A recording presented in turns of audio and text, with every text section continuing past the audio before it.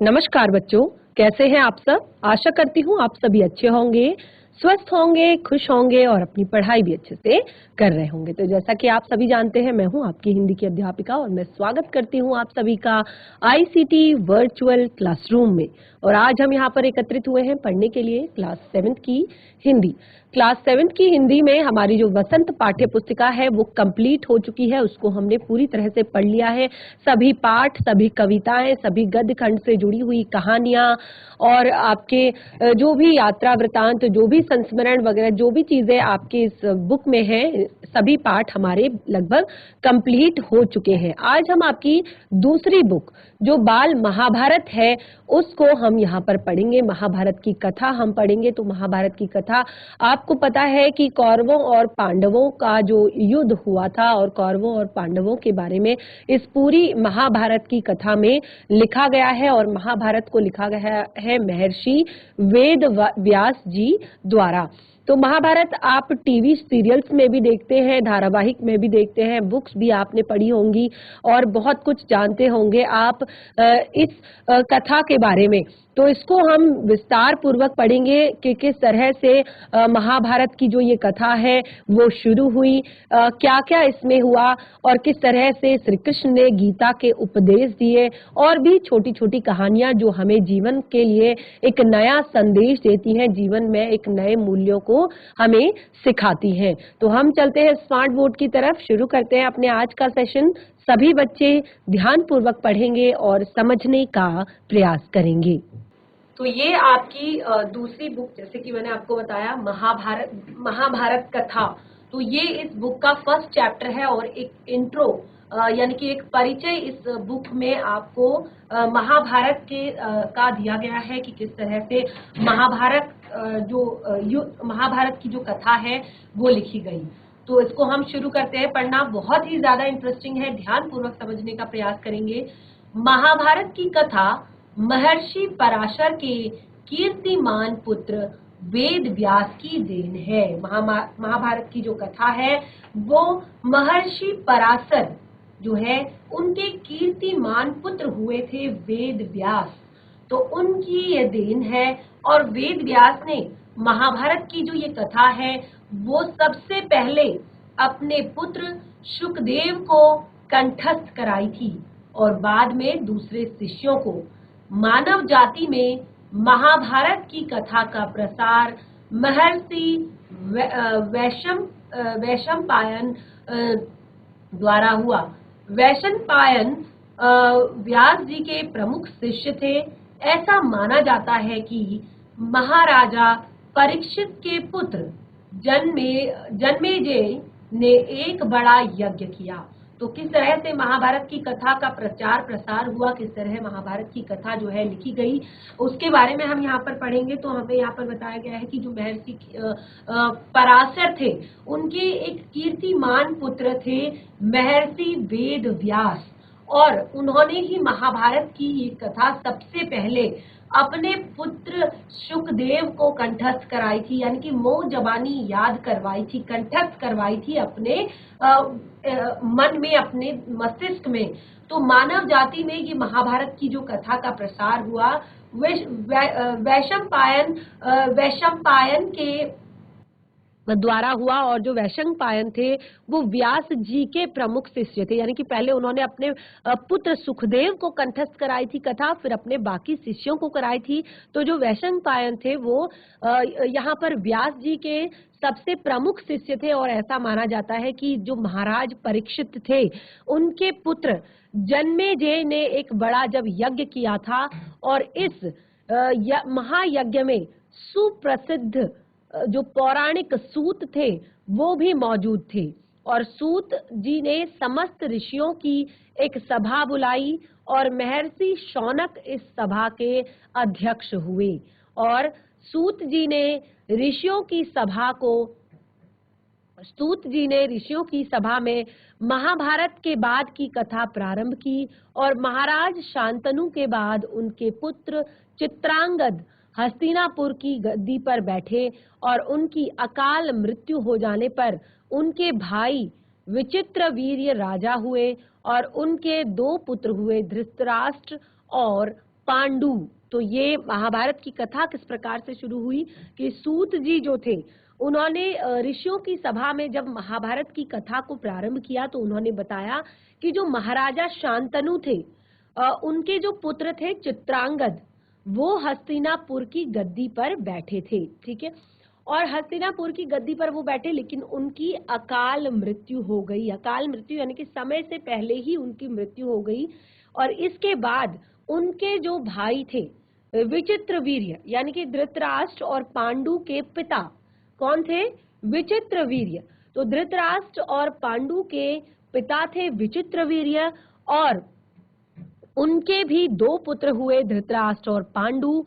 और जो बड़े पुत्र थे धृतराष्ट्र, वो जन्म से ही अंधे थे, और इसीलिए उस समय नीति के अनुसार पांडु को गद्दी में बिठाया, क्योंकि जो धृतराष्ट्र थे वो जन्म से ही अंधे थे, जन्म से ही नेत्रहीन थे। इसीलिए उस समय नीति के अनुसार, क्योंकि एक राजा जो होता है उसको हर तरह से सक्षम होना पड़ता है कि वो हर तरह से अपने प्रजा के सुख दुख और अपनी प्रजा की हर परेशानी को देख सके। तो लेकिन जो स्वयं से नेत्रहीन होगा वो किस तरह से प्रजा को का पालन पोषण कर पाएगा, प्रजा के सुख दुख में शरीक हो पाएगा, संसार में जो विभिन्न परिस्थितियां आती हैं उनको वो कैसे जोड़ पाएगा अपने आप से और अपनी प्रजा से।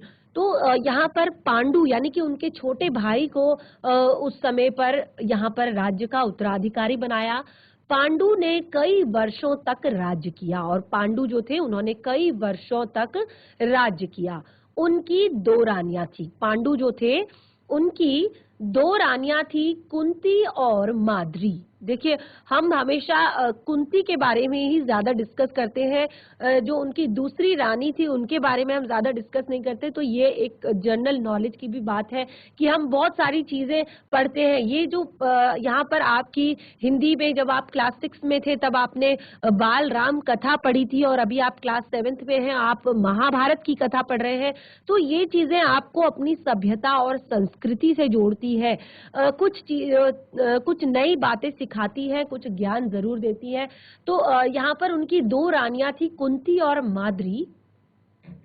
अब कुछ समय राज्य के बाद, जब कुछ समय का राज्य उन्होंने किया, उसके बाद पांडु अपने किसी अपराध के प्रायश्चित के लिए तपस्या करने जंगल में चले गए। तो उस समय पर उन्होंने काफी टाइम तक वहां पर राज्य किया, और उसके बाद वो अपने किसी अपराध के लिए, उनको लगा कि उनसे कुछ अपराध हो गया है, और अपने उसी अपराध के प्रायश्चित के लिए वो जंगल में चले गए प्रायश्चित करने के लिए, तपस्या करने के लिए। उनकी दोनों रानियां भी उनके साथ ही गई, और जब उनकी दोनों रानियां थी कुंती और माद्री, वो भी दोनों साथ में गई। वनवास के समय कुंती और माद्री ने 5 पांडवों को जन्म दिया। ठीक है, वनवास का जो समय था उस समय कुंती और माद्री जो थी उन्होंने 5 पांडवों को जन्म दिया, और कुछ समय बाद पांडु की मृत्यु हो गई, यानी कि जो राजा पांडु थे उनकी कुछ समय बाद मृत्यु हो गई। अब जो 5 पांडव अनाथ बच्चों का वन के ऋषि मुनियों ने पालन पोषण किया, पढ़ाया और लिखाया। अब जो 5 पांडव थे उनका पालन पोषण फिर वन में रहने वाले जो ऋषि मुनि थे उन्होंने किया, और उन्हीं 5 पांडवों को उन्होंने पढ़ाया लिखाया, यानी कि उनको ज्ञान भी दिया और शिक्षा भी दी, धनुर्विद्या से भी उन्होंने परिचित करवाया, बाकी के उन्होंने अस्त्र शस्त्र चलाना भी उन्हें सिखाया। और अब जब युधिष्ठिर 16 वर्ष के हुए तो ऋषियों ने 5 कुमारों को हस्तिनापुर ले जाकर पितामह को सौंप दिया, क्योंकि जब 5 पांडव, जब युधिष्ठिर जो थे 16 वर्ष के हो गए थे, तो मतलब काफी चीजों में वो निपुण हो गए थे, बहुत अच्छी शिक्षा भी उन्होंने ग्रहण कर ली थी ऋषि मुनियों के आश्रम में, और बहुत सारे अस्त्र शस्त्र चलाना भी सीख गए थे। तो उसके बाद उन्होंने 5 पांडव कुमारों को लेकर गए और हस्तिनापुर में ले जाकर पितामह को सौंप दिया, क्योंकि उन्होंने अब वो हस्तिनापुर के राजकुमार थे तो उन्हें वहां पर सौंप दिया गया। 5 पांडव बुद्धि से तेज और शरीर से बली थे। जो पांचों पांडव थे वो बुद्धि से बहुत ज्यादा कुशाग्र थे, तेज थे और शरीर से बहुत ज्यादा बलिष्ठ थे। उनका प्रखर बुद्धि और उनकी जो प्रखर बुद्धि थी और मधुर स्वभाव ने सबको मोह लिया, सबको अपने अपने प्रभाव में सबको डाल दिया। यह देखकर अब धृतराष्ट्र के पुत्र कौरव उनसे जलने लगे। तो जब यहाँ पर सबने देखा कि सब लोग अभी ये जंगल से आए हुए बच्चों की इतनी तारीफ कर रहे हैं, इतनी इनकी कुशाग्र बुद्धि की तारीफ कर रहे हैं, इनकी धनुर्विद्या की तारीफ कर रहे हैं, तो जो धृतराष्ट्र के 100 पुत्र हुए वो उनसे जलने लगे, पांडवों से जलने लगे। और उन्होंने, क्योंकि एक तो वो अनाथ हो चुके थे, उनके पिता की मृत्यु हो चुकी थी, तो पांचों पांडवों को वो तरह तरह के कष्ट पहुंचाने लगे, तरह तरह के कष्ट पहुंचाना उन्होंने शुरू कर दिया। दिन पर दिन कौरव और पांडवों के बीच वैर भाव बढ़ता गया। आप देखिए, क्योंकि वो भी ऐसे नहीं थे कि बहुत ज्यादा, देखिए कोई भी व्यक्ति आपको जब बहुत ज्यादा परेशान करने लगता है, बहुत ज्यादा कष्ट देने लगता है, तो आप एक लिमिट तक ही किसी कष्ट को सहेंगे, किसी परेशानी को सहेंगे। तो अब दिन पर दिन जो कौरव थे और पांडव थे उनके बीच का वैर भाव बढ़ता जा रहा था, क्योंकि जो कौरव थे वो पांडवों को हमेशा छेड़ते थे, किसी न किसी बात पर परेशान करते थे, किसी न किसी बात पर उनसे लड़ते थे और उन्हें कष्ट पहुंचाते थे। अंत में पितामह ने दोनों को किसी तरह समझाया और उनमें संधि करवा दी। और अंत में पितामह जो थे उन्होंने किसी तरह समझाया दोनों को और दोनों में संधि करवा दी, यानी कि मेल करवा दिया। अब पितामह के आदेशा अनुसार जो कुरु राज्य था उसके 2 हिस्से कर दिए गए, यानी कि हस्तिनापुर में जो कुरु राज्य था उसके 2 हिस्से कर दिए गए। कौरव हस्तिनापुर में ही राज करते रहे और पांडवों को अलग राज्य दे दिया गया, यानी कि रोज रोज के झगड़ों से परेशान आकर, रोज रोज के यहाँ पर जो भी कलेश थे उनसे परेशान होकर जो पितामह थे उन्होंने जो कौर राज्य था, कुरु जो राज्य था, कौरवों का जो राज्य था उसके 2 हिस्से किए और एक राज्य जो कौरव थे, यानी कि जो धृतराष्ट्र के 100 पुत्र थे वो हस्तिनापुर में ही राज करते रहे और पांडवों को एक अलग राज्य दे दिया गया। और जो राज्य आगे चलकर इंद्रप्रस्थ के नाम से मशहूर हुआ। इस प्रकार कुछ दिन शांति रही और इस प्रकार कुछ दिन शांति रही, वो सभी लोग शांत रहे। उन दिनों राजा लोग चौरस खेलने का आम रिवाज था और उन दिनों राजा लोगों में चौरस खेलने का आम रिवाज था। राजा लोग जो थे, यानी कि बहुत ज्यादा अलग अलग खेल नहीं हुआ करते थे, तो चौरस खेलने का एक रिवाज था। राजा लोग आपस में चौरस खेलते थे और राज्यों तक की बाजियां लग जाया करती थी, यानी कि एक ये बहुत बड़ा एक गेम था ये उस समय पर। तो इतना ज्यादा शौक से इसे खेलते थे कि वो अपने राज्यों तक की भी बाजी इसमें लगा देते थे। तो रिवाज के मुताबिक, यानी कि इस रिवाज के मुताबिक एक बार जब कौरव और पांडव चौपड़ खेल रहे थे, यानी कि कौरव और पांडव जो है चौपड़ खेल रहे थे, तो कौरव की तरफ से कुटिल शकुनी ने खेला। अब कौरवों की तरफ से जो शकुनी था, यानी कि जो यहाँ पर धृतराष्ट्र का जो बहनोई था, यानी कि बहन का भाई, जो धृतराष्ट्र का जो बहन का भाई था, यानी कि कौरवों का जो मामा था शकुनी, उसने कौरवों की तरफ से खेलना शुरू किया और उसने युधिष्ठिर को हरा दिया, यानी कि युधिष्ठिर को अपने इस चौपड़ में हरा दिया। इसके फलस्वरूप पांडवों से उनका राज्य छीन लिया गया और इसके बाद पांडवों से उनका राज्य छीन लिया गया और उनको 13 वर्ष का वनवास भोगना पड़ा। और इस तरह से उनसे जब राज्य छीन लिया गया तो उन्हें फिर 13 वर्ष के वनवास को भी झेलना पड़ा। और उसमें एक शर्त और भी थी कि अगर 12 वर्ष के वनवास के बाद, कि 12 वर्ष का वनवास और 1 वर्ष का अज्ञातवास, तो क्या होता है अज्ञातवास? देखिए 12 वर्ष का उन्हें वनवास दिया गया था और 1 वर्ष का अज्ञातवास उन्हें करने दिया जाएगा। उसके बाद ही उन्हें राज्य लौटा दिया जाएगा।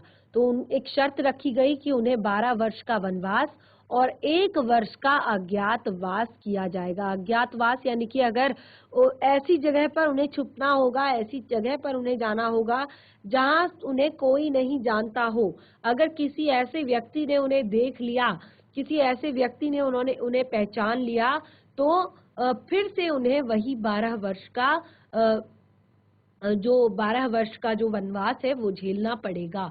तो अब द्रौपदी के साथ पांचों पांडव 12 वर्ष वनवास और 1 वर्ष अज्ञातवास में बिताकर लौटे। अब क्या था कि जो द्रौपदी थी, उनकी जो पत्नी थी पांचों पांडवों की, वो और पांचों पांडव साथ में वन में 12 वर्ष और 1 वर्ष का अज्ञातवास बिताकर लौटे। पर जो लालची दुर्योधन था, यानी कि धृतराष्ट्र का सबसे बड़ा पुत्र दुर्योधन, उसने लिया हुआ राज्य वापस करने से इनकार कर दिया। और उसने क्या किया, क्योंकि वो 12 वर्षों से उस राज्य में राज कर रहा था, उस राज्य का राजा बना हुआ था, तो उसने राज्य वापस करने से इनकार कर दिया। यानी कि उसने कहा, क्योंकि उसको अब बहुत अच्छा लग रहा था कि वो एक बहुत बड़े राज्य का राजा था, तो उसने अब ये राज लौटाने से इनकार कर दिया। अब क्या था कि क्योंकि पांडव भी राजा थे, इससे पहले उनके पिताजी ने भी राज किया था, तो पांडव भी अपने राज्य को प्राप्त करने के लिए लड़ना उन्हें पड़ा। पांडवों को अब अपने राज्य को प्राप्त करने के लिए लड़ना पड़ा और युद्ध में सारे कौरव मारे गए। तब पांडव उस विशाल साम्राज्य के राजा हुए, स्वामी हुए और इसके बाद 36 वर्ष तक पांडवों ने राज्य किया और फिर अपने पोते परीक्षित को राज्य देकर द्रौपदी के साथ तपस्या करने गए। और संक्षेप में यही महाभारत की कथा है। यानी कि जो आपका पहला चैप्टर है, ये परिचय है पूरी महाभारत की कथा का कि क्या क्या हुआ था महाभारत की कथा में। तो आपने देखा कि जो राजा जो पितामह थे, उनके यहाँ पर पुत्र थे धृतराष्ट्र और पांडु। और क्योंकि धृतराष्ट्र जन्म से ही अंधे थे, तो इसी कारण उनके छोटे पुत्र यानी कि पांडु को राज्य की गद्दी संभालने के लिए दिया गया। और पांडु किसी कारणवश अपने अपराध का प्रायश्चित करने के लिए जंगल में जब तपस्या करने गए, तो वहां पर उनके 5 पुत्र हुए और साथ ही किसी कारणवश वहां पर उनकी मृत्यु भी हो गई। और जो अनाथ पांडव थे वो फिर अपने राज्य लौट आए और उसके बाद राज्य में धृतराष्ट्र के कौरव जो पुत्र थे, 100 पुत्र जो थे, उनके कारण उन्हें फिर से 12 वर्ष के वनवास में जाना पड़ा, साथ ही 1 वर्ष के अज्ञातवास में जाना पड़ा। और जब वो अज्ञातवास से वापस लौटे तो उन्हें अपने राज्य को लड़ने के लिए कौरवों के साथ युद्ध करना पड़ा, अपने राज्य को प्राप्त करने के लिए। और फिर ये एक शॉर्ट में आपको यहाँ पर स्टोरी दी गई है। सबसे पहले यहाँ पर हम शुरू करते हैं अपना जो दूसरा चैप्टर है, देवव्रत के बारे में यहाँ पर बताया गया है। देखिए देवव्रत के बारे में यहाँ पर बताया गया है। तो जब गंगा ने एक सुंदर युवती का रूप धारण किए नदी के तट पर खड़ी थी, तो उनके सौंदर्य और नव यौवन ने राजा शांतनु को मोह लिया था। तो गंगा बोली, राजन, आपकी पत्नी होना मुझे स्वीकार है, परंतु इससे पहले आपको मेरी कुछ शर्तें माननी होंगी। क्या आप मानेंगे? तो राजा ने कहा, अवश्य। अब शांतनु ने गंगा की सारी शर्तें मान ली और राजा शांतनु ने गंगा की सारी शर्तें मान ली और वचन दिया कि उन सभी शर्तों का पूर्ण रूप से पालन करेंगे। तो समय पाकर गंगा ने शांतनु के कई पुत्र हुए, परंतु गंगा ने उनको जीने नहीं दिया। बच्चे पैदा होते वे उन्हें नदी की धारा में फेंक देती और फिर हंसती मुस्कुराती राजा शांतनु के महल में आ जाती। अब अज्ञात सुंदरी के इस व्यवहार से राजा शांतनु चकित रह जाते, यानी कि क्योंकि देखिए, कोई भी माता जब अपने पुत्र को जन्म देती है, अपने बालक को जन्म देती है, तो वो इस तरह कभी भी सोच नहीं सकती इस बात को कि वो अपने पुत्र को छोटी सी भी चोट पहुंचने देंगी, छोटा सा भी कष्ट उन्हें आने देंगी। लेकिन ये बहुत बड़ी बात थी कि जो रानी गंगा थी, वो अपने पुत्रों को पैदा होने देती, पुत्रों को पैदा करती और उसके बाद उन्हें गंगा में प्रवाहित कर देती। तो शांतनु को अपनी ये अज्ञात सुंदरी, यानी कि अज्ञात सुंदरी इसलिए थी क्योंकि वो उन्हें नदी के तट पर मिली थी। कोई भी उनका ऐसा नहीं था कि वो इस राज्य की राजकुमारी है या इस राज्य की रानी है, इस तरह की किसी बात का उनको कोई भी अंदेशा नहीं था। तो उनके आश्चर्य और क्षोभ का पारावार न रहता, यानी कि जब वो देखते कि यहाँ पर जब जितने भी मेरे बच्चे हो रहे हैं, जितने भी मेरी संतानें हो रही हैं, ये सुंदरी उनको गंगा में बहती धारा में फेंक देती है। अब क्योंकि शांतनु मन मसोच कर वचन दे चुके थे, यानी कि शांतनु पहले ही विवाह से पहले ही वचन ले चुके थे, तो इस कारण वो हमेशा अपने मन को मसोस कर रह जाते, यानी कि कुछ भी वो कह नहीं पाते थे, क्योंकि शर्त जो थी वो इसी शर्त पर शादी हुई थी, इसी शर्त पर विवाह हुआ था कि आप मतलब यहाँ पर कुछ जो वचन लिए गए थे, शायद वो इसी कारण, इसी बात पर लिए गए थे।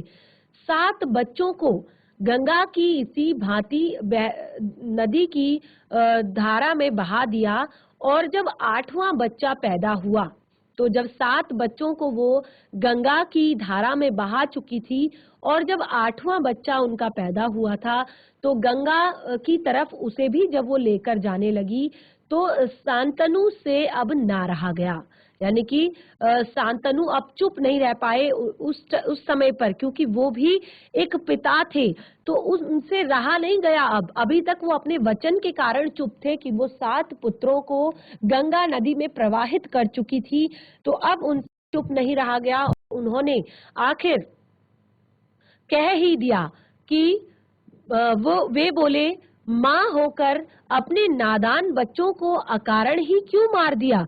उन्होंने उनसे कहा कि आप एक माँ हैं और जैसे कि मैंने आपको बताया, एक जो माँ होती है वो कभी भी अपने बच्चे को मारना तो बहुत दूर की बात है, एक छोटी सी खरोच अगर उसके बच्चे को लग जाती है, गलती से भी अगर किसी से लग जाती है, तो वो बहुत ज्यादा परेशान हो जाती है, बहुत ज्यादा दुखी हो जाती है। तो शांतनु बहुत ही ज्यादा चकित थे उस युवती के इस व्यवहार से कि वो अपने 7 पुत्रों को गंगा की धारा में प्रवाहित कर चुकी थी और अब 8वें पुत्र को प्रवाहित करने जा रही थी। तो अब उनसे नहीं रहा गया और उन्होंने सवाल कर ही दिया कि माँ होकर तुम नादान बच्चों को अकारण ही क्यों मार दिया करती हो और यह घृणित व्यवहार तुम्हें शोभा नहीं देता। राजा की बात सुनकर जो गंगा है वो मन ही मन मुस्कुराई, परंतु क्रोध का अभिनय करती हुई बोली, राजन, आप अपना वचन भूल गए। मालूम होता है आपको पुत्र से ही मतलब है, मुझसे नहीं। आपको मेरी क्या परवाह। ठीक है, शर्त के अनुसार अब मैं नहीं ठहर सकती हूँ। आपके इस पुत्र को मैं नदी में नहीं फेंकूंगी। तो देखिए, शर्त शायद यही होगी कि यहाँ पर जब राजा की बात गंगा ने सुनी तो वो मन ही मन मुस्कुराई, क्योंकि वो गंगा थी, स्वयं गंगा वो थी और वो युवती का रूप धारण करके गंगा तट पर बैठी हुई थी। तो उन्होंने अब राजा से कहा कि लेकिन उन्होंने क्रोध का अभिनय किया, अपने फेस पर क्रोध लेकर आई और उन्होंने राजा से कहा कि आप क्या अपना वचन भूल गए कि आपको शायद अपने पुत्रों से ही मतलब है, आपको मुझसे कोई मतलब नहीं है, आपको मेरी परवाह नहीं है। ठीक है, तो शर्त के अनुसार, यानी कि कभी आप इस बात पर आवाज उठाएंगे तो फिर मैं चली जाऊंगी, फिर आपके पुत्र ही यहाँ रहेंगे। तो यही हुआ। उन्होंने कहा शर्त यही थी कि आप अपना वचन भूल गए, पर अब मैं यहाँ नहीं ठहर सकती। हाँ, अब मैं आपके इस पुत्र को नदी में नहीं फेंकूंगी, यानी कि मैं इस पुत्र को आपको दे दूंगी, क्योंकि अब मैं यहाँ पर नहीं रह सकती। और इस अंतिम बालक को मैं कुछ दिन पालूंगी और फिर पुरस्कार स्वरूप आपको सौंप दूंगी। तो उसने कहा कि मैं इस बच्चे को आपके अंतिम पुत्र के रूप में कुछ दिनों तक पालूंगी और फिर पुरस्कार स्वरूप आपको दे दूंगी। और यह कहकर गंगा बच्चे को साथ लेकर चली गई। और यही बच्चा आगे चलकर भीष्म पितामह के नाम से विख्यात हुआ।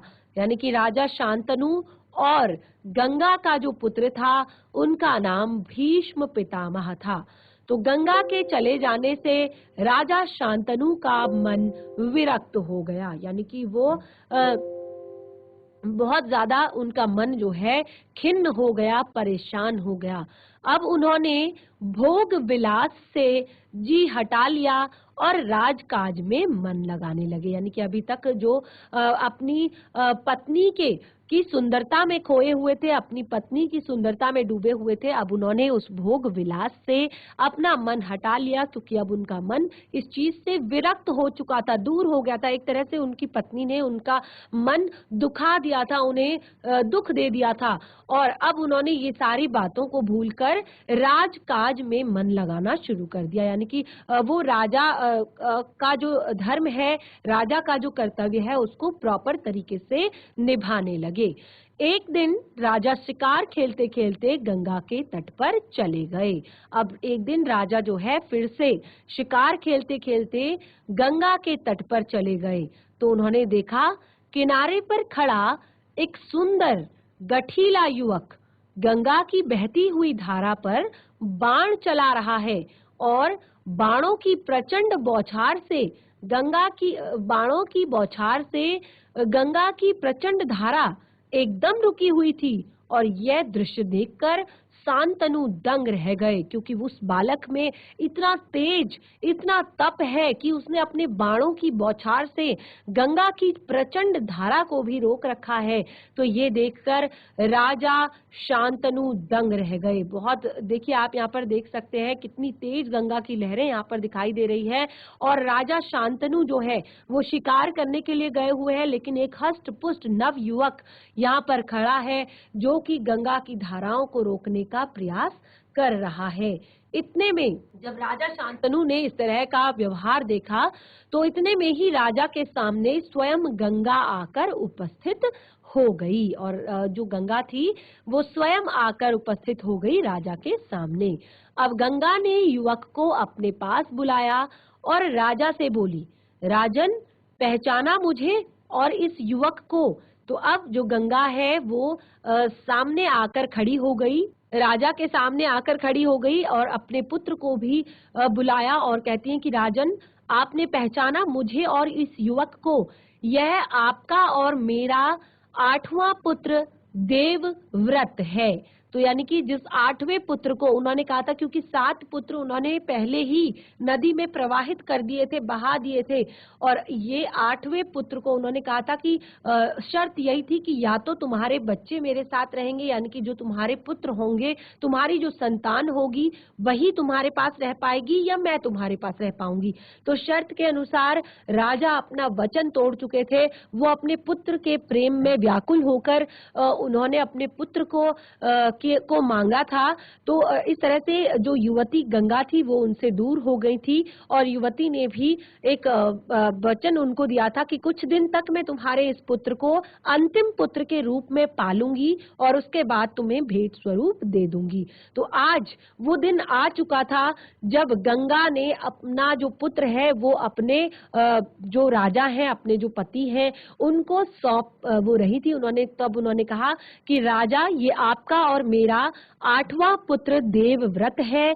महर्षि वशिष्ठ ने इसे शिक्षा दी है, और शास्त्र ज्ञान और में शुक्राचार्य और रण कौशल में परशुराम इसका मुकाबला कर सकते हैं। यह जितना कुशल योद्धा है उतना ही चतुर राजनीतिज्ञ भी है। आपका पुत्र मैं आपको सौंप रही हूँ, अब आप इसको अपने साथ ले जाइए।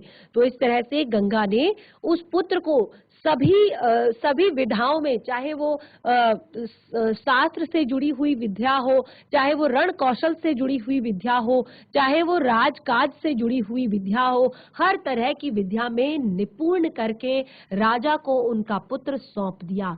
अब गंगा ने देवव्रत का माथा चूमा और आशीर्वाद देकर राजा के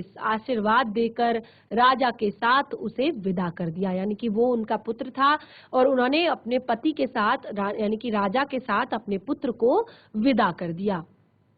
और ये देवव्रत कौन है?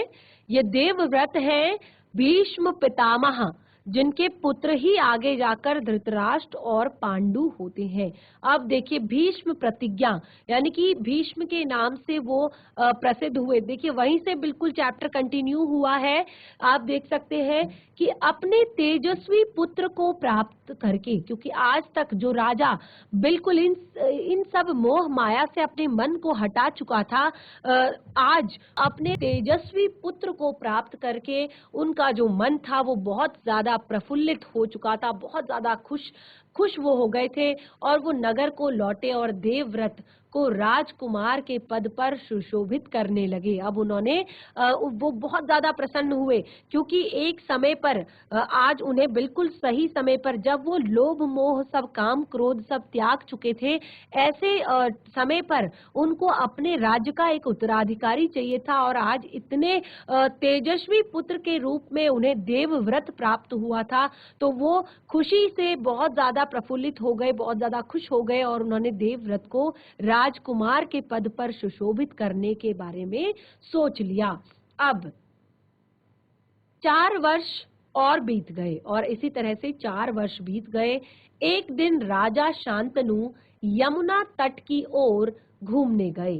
ठीक है, एक दिन राजा शांतनु जो थे वो यमुना तट की ओर घूमने गए, तो वहां एक अप्सरा सी सुंदर तरुणी खड़ी दिखाई दी। तरुणी का नाम सत्यवती था। और जब राजा शांतनु जब 4 वर्ष हो चुके थे, तो 4 वर्ष के बाद एक दिन राजा फिर से, शांतनु जो थे वो यमुना तट की ओर टहलने गए हुए थे, घूमने गए हुए थे, तो वहां पर एक अप्सरा सी सुंदर, यानी कि बहुत सुंदर एक तरुणी, यानी कि एक किशोरी, यानी कि थोड़ी सी जो बड़ी एक कहे तो एक नव युवती वहां पर खड़ी हुई थी और जिसका नाम सत्यवती था। और गंगा के वियोग के कारण, क्योंकि राजा शांतनु पर गंगा से बिछुड़ने का जो वियोग है वो छाया हुआ था, मन में उनके वैराग छाया हुआ था, यानी कि मन सूना था और इस तरुणी को देखते ही विलीन हो गया। यानी कि अब उस सुंदरी को अपनी पत्नी बनाने की इच्छा उनके मन में बलवती हो उठी। यानी कि उन्हें लगा कि इस सुंदरी को मुझे अपनी पत्नी बना लेना चाहिए और उन्होंने सत्यवती से प्रेम याचना की। यानी कि उन्होंने कहा कि अब सत्यवती से के सामने उन्होंने अपने प्रेम का इजहार किया, कि कहा कि मैं तुमसे विवाह करना चाहता हूँ, अपनी पत्नी का दर्जा तुम्हें देना चाहता हूँ। तब सत्यवती बोली कि मेरे पिता मल्लाहों के सरदार हैं और पहले उनकी अनुमति ले लीजिए, फिर मैं आपकी पत्नी बनने को तैयार हूँ। उसने कहा कि मेरे पिता जो हैं, सत्यवती जो थी उन्होंने कहा कि मेरे पिता जो हैं वो मल्लाहों के सरदार हैं और आपको उनसे आज्ञा लेनी होगी और तभी मैं आपकी पत्नी बनने को तैयार हो पाऊंगी। राजा शांतनु ने जब अपनी इच्छा उन पर प्रकट की तो केवट राज ने कहा, आपको मुझे एक वचन देना होगा। यानी कि केवट राज जो है मल्लाहों के सरदार, यानी कि जो मछली पकड़ते हैं उनके सरदार, तो वो केवट राज जो हैं उनसे बात की, उनके पिताजी से बात की, तो उन्होंने कहा कि आपको मुझे एक वचन देना पड़ेगा। तो राजा ने कहा कि जो मांगोगे दूंगा, यदि वह मेरे लिए अनुचित ना हो। यानी कि क्योंकि वो राजा हैं और वो कभी भी कोई गलत कदम नहीं उठा सकते, कभी भी कोई गलत व्यवहार नहीं लोगों के साथ कर सकते, तो उन्होंने कहा कि मैं जो मांगोगे वो देने के लिए तैयार हूं, यदि वो मेरे लिए अनुचित ना हो, यानी कि मेरे लिए अनुचित ना हो तभी। अब केवट राज बोले कि आपके बाद हस्तिनापुर के राज सिंहासन पर मेरी लड़की का पुत्र ही बैठेगा। इस बात का आप मुझे वचन दे सकते हैं? देखिए, यहाँ एक और उनका 16 से 17 वर्ष का जो पुत्र है, बिल्कुल हर विद्या में वो निपुण है, हर तरह से वो नीति में निपुण है, वो शास्त्र विद्या में निपुण है, वो राजकाज की विद्या में निपुण है।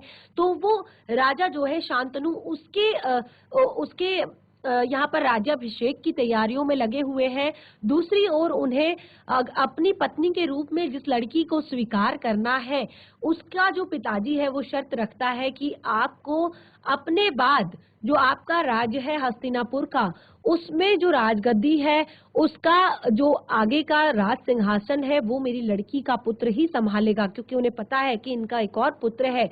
तो यहाँ पर ये बात जो है केवट राज की जो ये शर्त है, राजा शांतनु को नागवार लगी, क्योंकि वो अपने पुत्र देवव्रत से बहुत ज्यादा प्रेम करते थे, देवव्रत को बहुत ज्यादा मानते थे, क्योंकि वो उनकी पहली पत्नी गंगा का पुत्र था, जिससे वो बहुत ज्यादा प्रेम करते थे। और साथ ही गंगा ने उसको हर तरह की विद्याओं में निपुण करके एक भेंट के रूप में दिया हुआ था, एक भेंट के रूप में दे रखा था। तो इस तरह से वो उनको थोड़ा सा केवट राज की जो ये बात है वो नागवार लगी, यानी कि वो नहीं उनको अच्छी लगी। तो गंगा सुत को छोड़कर, यानी कि गंगा के पुत्र को छोड़कर अन्य किसी को गद्दी पर बैठाने की कल्पना तक उनसे न हो सकी।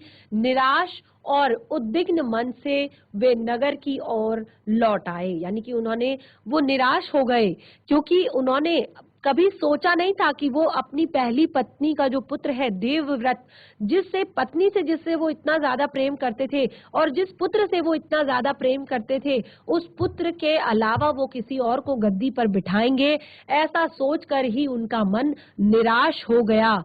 और इसी निराश मन से वो नगर की ओर वापस लौट आए और किसी से कुछ भी नहीं कह सके, यानी कि किसी से भी वो कुछ नहीं कह सके।